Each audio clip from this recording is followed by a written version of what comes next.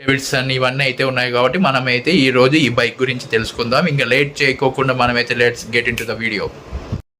So guys, ఇంకా BMW full డీటెయిల్స్కి అయితే మనం వచ్చేస్తే ఇంజన్ చూసుకుందాం. ఫస్ట్ ఇంజన్ వచ్చేసి 313cc single cylinder liquid cooled engine that produced 33.5 bhp at 9250 rpm and 28 newton meter at 7500 rpm లో అయితే ఉంది. సో చూసుకున్నట్టయితే ఇంజన్ చాలా అంటే చాలా పవర్ఫుల్ అండ్ నీట్గా చాలా బాగా అయితే బిల్డ్ చేయడం అయితే జరిగింది. చాలా అంటే చాలా డిజైనింగ్ కూడా చాలా అంటే బాగుంది.